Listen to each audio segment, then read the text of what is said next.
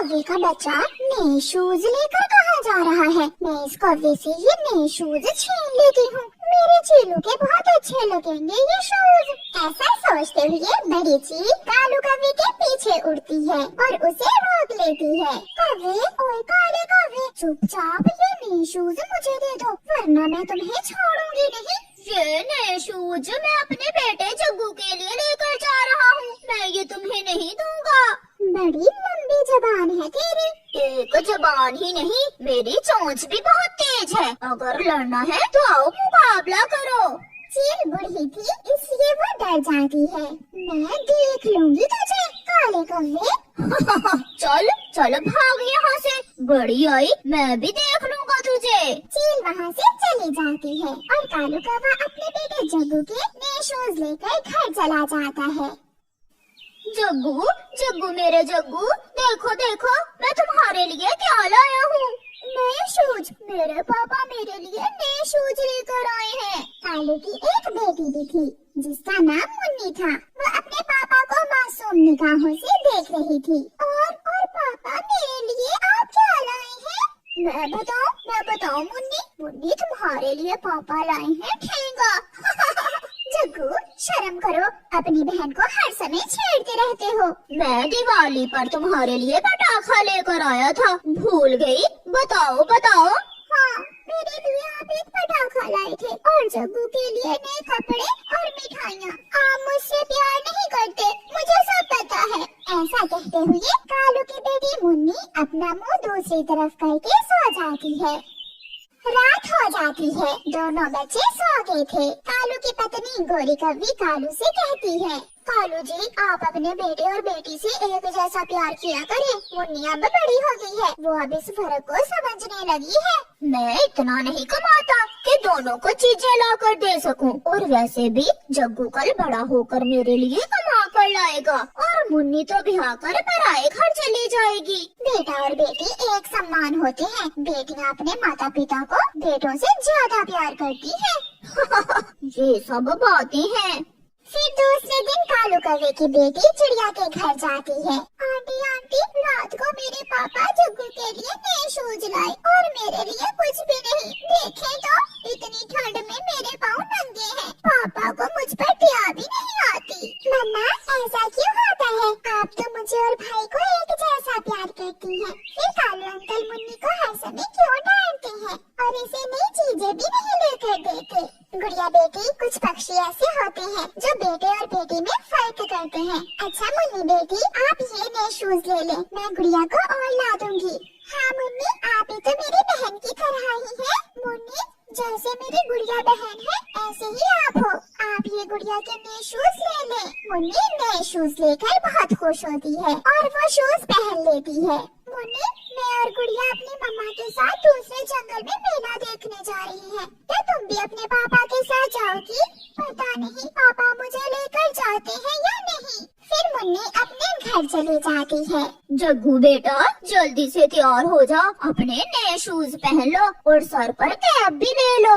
जग्गू के पापा मुन्नी को भी साथ ले जाओ, बेचारी थोड़ा घूम फिर लेगी। सारा दिन घर में अकेली बोर होती रहेगी। पापा प्लीज प्लीज मुझे ले जाए, मैं आपको तंग नहीं करूँगी। ठीक है, मगर मुझसे कोई चीज ना मांगना। सच सच पापा, मैं कुछ भी नहीं मांगूंगी। फिर कालू कौवा अपने बेटे और बेटी को साथ लेकर दूसरे जंगल मेला देखने चला जाता है। जंगल के दूसरे पक्षी भी मेला देखने जा रहे थे। तोता और तोती, कबूतर और कबूतरी, चिड़िया भी अपने बच्चों को लेकर मेला देखने जा रही थी। पापा पापा, मुझे उस बड़े वाले झूले पर बैठना है। बैठो बैठो मेरे जग्गू, हम यहाँ एंजॉय करने ही तो आए हैं। रुको रुको, एक बार मैं मुन्नी को वहाँ पेड़ के ऊपर बिठा दूँ। फिर कालू कौवा मुन्नी को थोड़ी दूर एक पेड़ पर ले जाता है।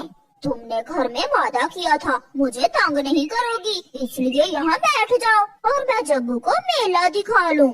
शाम को घर जाते हुए मैं तुम्हें साथ ले लूँगा। पापा, क्या मैं यहाँ बैठकर मेला देख लूं? देखो देखो, मैंने कौन सा कहा है कि अपनी आंखें बंद कर लो, मौज करो मस्ती करो, मगर यहाँ बैठकर ही एंजॉय करो। कालू कौवा जाता है और जग्गू को बड़े झूले में बिठाता है। जग्गू बड़े झूले में बैठकर बहुत खुश था। मुन्नी मुन्नी बहन, बहुत मजा आ रहा है इस बड़े झूले में बैठकर, बहुत अच्छा लग रहा है मुझे। भाई जग्गू को कितना मजा आ रहा होगा, मगर मुझे तो पापा यहाँ बैठने का बोल कर गए हैं। फिर वो अपने भाई को देख देख कर हंसने लगती है। कालू कौवा जग्गू को नाव में बिठाता है। नाव बहुत तेज चलती है और फिर कालू कौवा अपने बेटे जग्गू को पानी पूरी लेकर देता है। कालू कौवा तो अपनी बेटी को भूल ही जाता है। जब वो अपने बेटे को मिठाई लेकर देता है तो ये नहीं सोचता कि थोड़ी सी मिठाई अपनी बेटी मुन्नी को भी दे दे। मुन्नी बेटी, आप यहाँ बैठी हुई हैं? आंटी, पापा ने कहा था यहाँ से नहीं उठना, क्या आपने कुछ खाया है? मुन्नी आहिस्ता से नाव में अपना सर हिलाती है। भूख लगी है? हाँ, बहुत भूख लगी है, मैं अभी तुम्हारे लिए कुछ खाने को भेजती हूँ। चिड़िया अपने बेटे और बेटी को घोड़ा झूले से उतारती है। बच्चों, ये मिठाई मुन्नी को दे आओ, वो सामने वाले पेड़ पर बैठी हुई है। फिर कुकू और गुड़िया मुन्नी को मिठाई दे आते हैं। मुन्नी मिठाई खाने लगती है। शाम हो जाती है और सब पक्षी वापस जाने लगते हैं। जग्गू, चलो बेटा, बहुत इंजॉय कर लिया, अब घर चलें। पापा, बहुत मजा आया, आज का दिन बहुत खूबसूरत था, मैं कभी नहीं भूल पाऊंगा। फिर कालू कौवा जग्गू और मुन्नी को साथ लेकर अपने घर वापस उड़ता है। मुन्नी, तूने मिठाई कहाँ से ली थी? आंटी चिड़िया ने मुझे मिठाई दी थी। बहन, यही है वो कौवा जिसने उस दिन मुझे आंखें दिखाई थी। बड़ी, देखो तो इसके बेटे ने वो शूज भी पहन रखे हैं। आज देखते हैं इस कौवे को, बड़ा बदमाश बना फिरता है।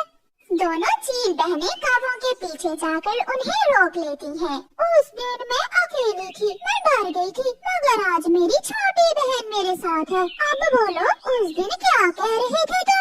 मम्मा, मेरे बच्चे साथ है, मुझे तंग ना करो। डर गया, आज तो भीगी बिल्ली बन गया है ये कौवा। छोटी, पकड़ो इसे और इस कौवे के बच्चे से शूज भी छीन लो। नहीं दूंगा, मैं अपने शूज नहीं दूंगा। ऐसा कहते हुए जग्गू कौवा अपने पापा को वहीं छोड़कर भाग जाता है। जग्गू पीछे मुड़कर देख लेता और भागता जाता। जाए चील आंटी, आप यहाँ से जाएं, मेरे पापा को तंग न करें। मगर वो चीलें कौवे पर टूटती है, लड़ाई शुरू हो जाती है। मुन्नी अपने पापा को ऐसी हालत में कैसे छोड़ सकती थी? कौवे की बेटी मुन्नी भी मैदान में आती है। वो अपने तेज पंजों से चीलों को पीछे से मारती थी। कौवा भी मुकाबला कर रहा था। छोटी, मेरी कमर घायल कर दी है इस छोटी कौवी ने।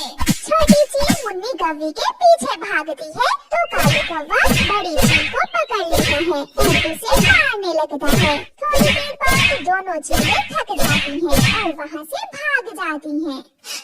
पापा, आप ठीक तो है?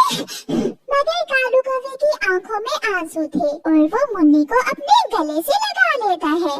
हाँ, मैं ठीक हूँ मेरी बेटी। वो दोनों बाप बेटी घर चले जाते हैं। पापा, आप बच गए। मैंने सोचा वो चीलें आपको तो मार ही देंगी, इसलिए मैं अपने शूज बचाने के लिए वहाँ से भाग आया। हाँ बेटा, मैं बच गया हूँ और आज मेरी आंखें भी खुल गई हैं कि बेटियाँ माता पिता से ज्यादा प्यार करती हैं या बेटे। मुन्नी मेरी बेटी, मुझे माफ कर दो, आज के बाद मैं आपसे भी प्यार किया करूँगा। पापा, सच? ऐसा कहते हुए मुन्नी अपने पापा के गले लग जाती है। प्यारे दोस्तों, इस कहानी को लाइक, अपने दोस्तों के साथ शेयर और चैनल को सब्सक्राइब करना बिल्कुल मत भूलना। आपका धन्यवाद। चिड़िया की तोते से दोस्ती थी। चिड़िया और मिठू तोता दोनों एक साथ दाना लेने जाते थे। कभी चिड़िया तोते को बुलाने आ जाती तो कभी तोता चिड़िया को लेने उसके घर आ जाता। चिड़िया बहन, आज हम अमरूदों के बाग में जाएंगे, वहाँ बहुत मीठे मीठे अमरूद हैं। मिठू, गुड़िया के लिए चावल का दाना भी लाना है आज। गुड़िया सुबह से ही चावल मांग रही है। दोनों अपने घर से निकलते हैं। देखो देखो कालू, कैसे वो छोटी चिड़िया और मोटी चोंच वाले में दोस्ती है। दोनों एक दूसरे का कितना ख्याल रखते हैं। गौरी सच पूछो तो मुझे भी इन दोनों का साथ एक आंख नहीं भाता। कालू मेरे सुंदर पति, कुछ ऐसा करो कि इन दोनों में लड़ाई हो जाए और ये एक दूसरे पर पत्थर मारे, फिर ही मेरे कलेजे को ठंड पड़ेगी। इसका प्लान मैंने तैयार कर लिया है, तुम चिंता न करो। कुछ ही दिनों में मिट्ठू और चिड़िया जंगल में एक दूसरे के सबसे बड़े दुश्मन बन जाएंगे। फिर दूसरे दिन कालू कौवा मिट्ठू तोते के पास जाता है और उससे कहता है, यार मिट्ठू, आज मेरा मामा जी आया था मेरे पास, वो मुझे एक बात बता कर गया है। बात? क्या बात कालू? मेरे मामा जी ने मुझे बताया कि तुम्हारी माँ ने मरते समय चिड़िया के पेड़ के नीचे बड़ा खजाना दबाया था। क्या क्या ये सच है? हाँ मिट्ठू, और मेरे मामा ने मुझे ये भी बताया कि मिट्ठू अगर वो पेड़ काट ले तो उसे बहुत बड़ा खजाना मिलेगा जो उसकी माँ ने उसके लिए चिड़िया के पेड़ में छुपाया था।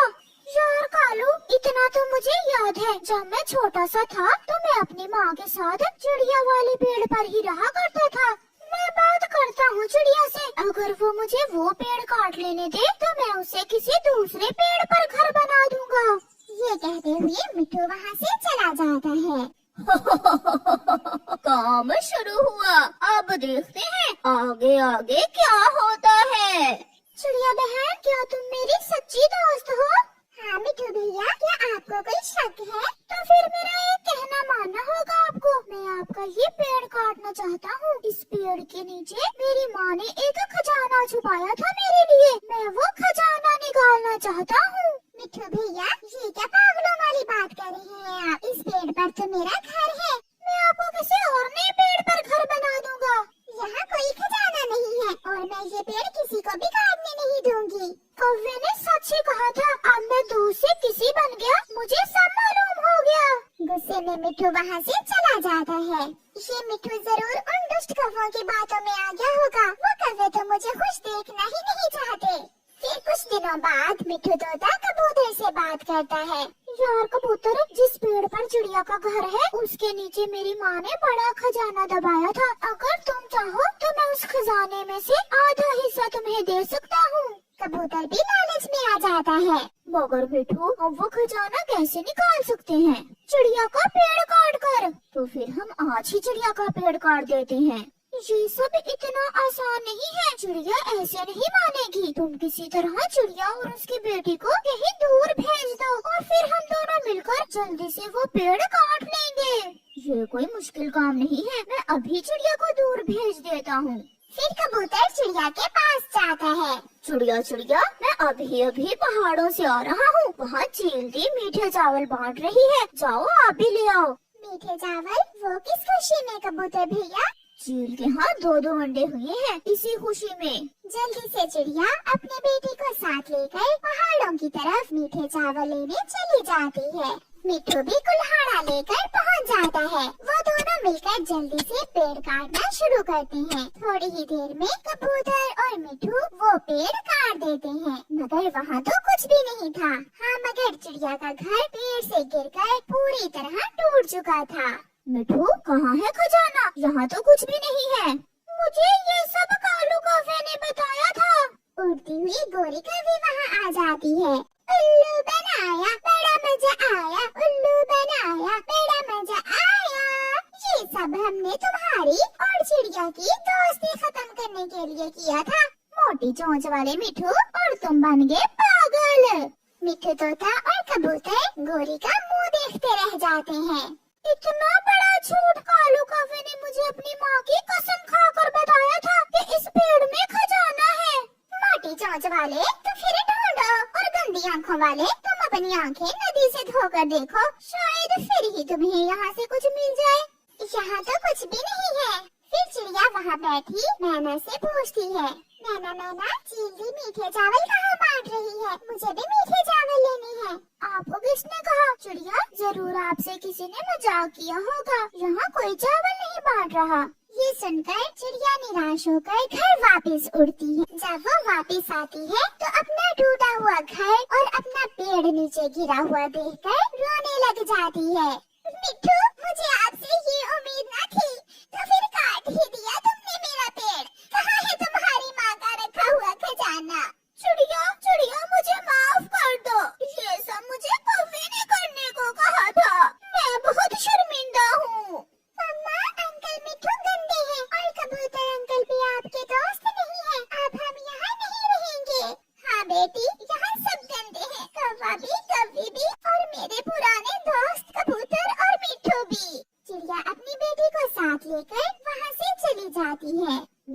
चिड़िया को रोक लो यार, किसी भी तरह चिड़िया को रोक लो, मुझसे ये सब नहीं देखा जाता।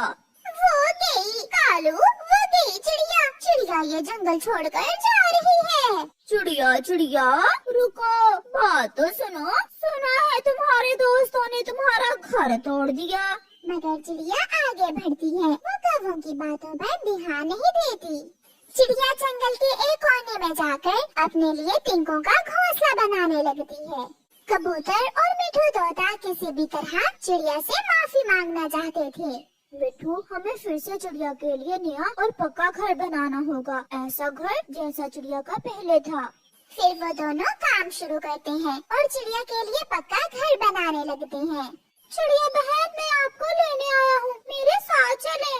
नहीं, मैं यहाँ पिंकों के घोंसले में ठीक हूँ। अगर आपने मुझे माफ न किया तो मैं सारी जिंदगी खुद से शर्मिंदा रहूंगा। चिड़िया बहन प्लीज एक बार मेरे साथ तो आए। फिर चिड़िया मान जाती है और अपनी बेटी को लेकर मिट्ठू के साथ जाती है।